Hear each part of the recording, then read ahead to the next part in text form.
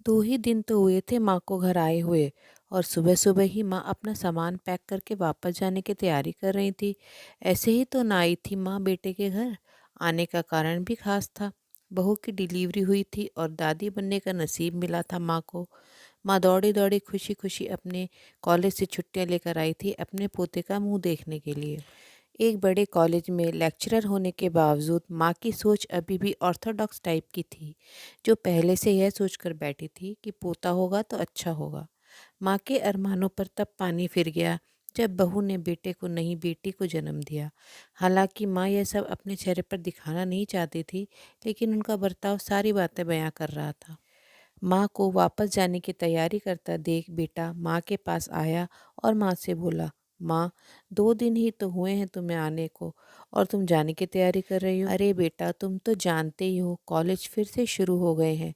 तुम्हारे पापा और मेरे लेक्चर फिर से शुरू करने पड़ेंगे। ज़्यादा छुट्टियाँ भी तो नहीं ली थी मैंने।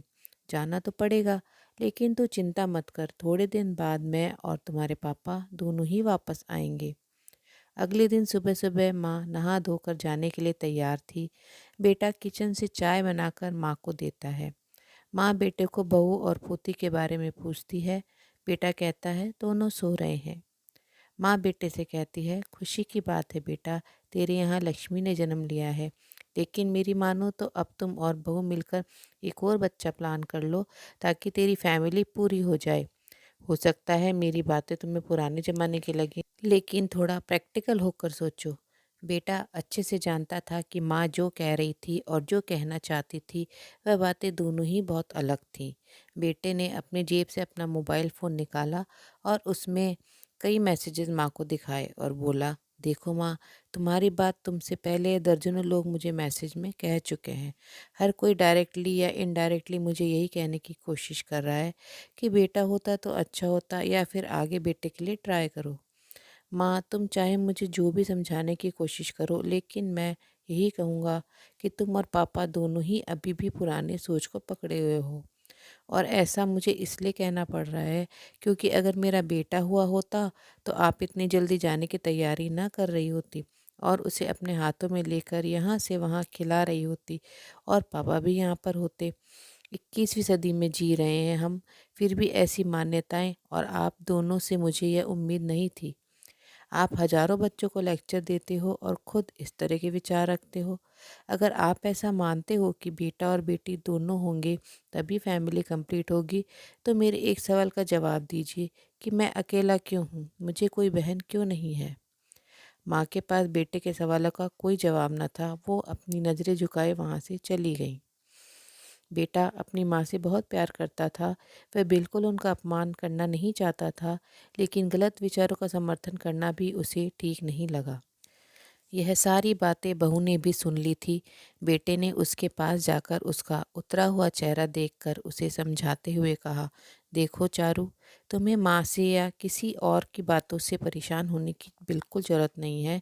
मुझे कोई फ़र्क नहीं पड़ता कि मुझे बेटा हुआ है या बेटी। मेरे लिए यही बड़ी बात है कि मेरी बेटी स्वस्थ है और खुश।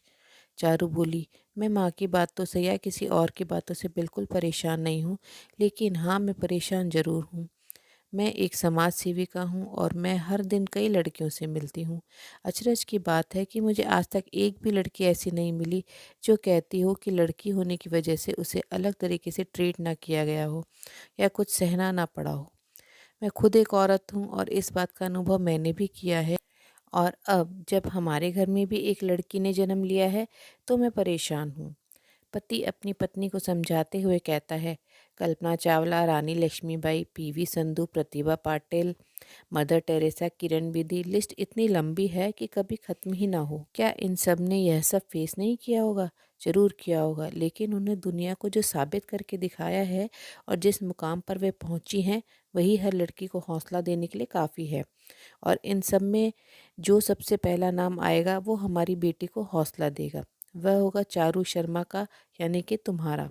हमारी बेटी की हिम्मत और ताकत बनोगी तुम। दोस्तों, सिर्फ महिला दिवस मनाने से या देवियों की पूजा करने से लड़का लड़कियों में समानता नहीं आएगी। यह समानता तब आएगी जब हम अपने विचारों को जड़ों से बदल पाएंगे।